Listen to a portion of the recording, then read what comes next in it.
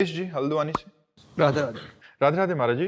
गुरुदेव, हम जैसे अधम जनों के लिए ये निर्णय व विवेक आपकी कृपा व संकेत के बिना संभव नहीं है कि एक गृहस्थ ये विवेक कैसे धारण करे कि पारिवारिक व सामाजिक दायित्वों में से कौन से धर्म रूप से अनिवार्य हैं और किन कर्तव्यों को साधना में बाधक जानकर त्याग देना चाहिए। हाँ, सबसे पहली बात है, साधना में बाधक परिवार का पोषण या समाज की सेवा नहीं है।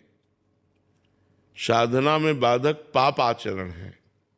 जैसे आप गृहस्थ हैं, आपके अंदर काम वेदना है, तो आपकी पत्नी है, लेकिन वही काम वेदना किसी पर नारी के लिए ये बाधक हो गई, ये आपके लिए पाप नाशक हो गया।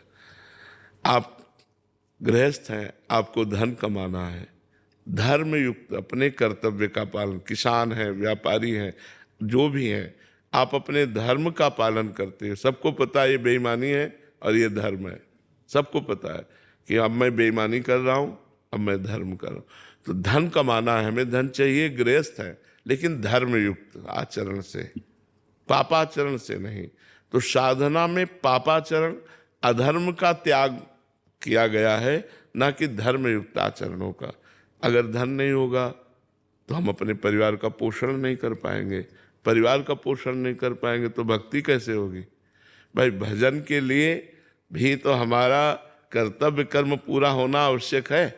अगर कर्तव्य कर्म पूरा ना हुआ तो फिर भजन नहीं होगा। फिर ये भी बात समझ लो, अब घर में गए तो आवश्यकताओं की भरमार है और आप धन कमा नहीं रहे, माला लिए घूम रहे, तो न माला में मन लगेगा क्योंकि अशांति है सब जगह।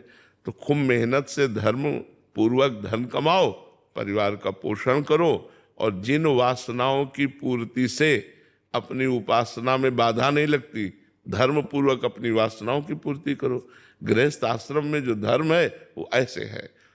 गृहस्थ आश्रम में त्याग प्रधान नहीं है, विरक्त आश्रम में त्याग प्रधान है, गृहस्थ आश्रम में संग्रह प्रधान है। अन्न धन वस्तु आदि का संग्रह करना, परिवार का पोषण करना, भगवान का सुमिरन करना, धर्म पूर्वक विषयों का सेवन करना। ऐसा थोड़ी कि विषयों का त्याग है। आप मान लो आप गृहस्थ हो, अब आप सोचो कि मैं आजीवन ब्रह्मचर्य रहूंगा, तो ये निषेध है, ये नहीं सोचना है।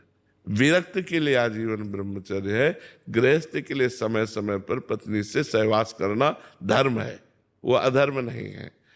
अब एकदम पशुवत आचरण करना तो नहीं,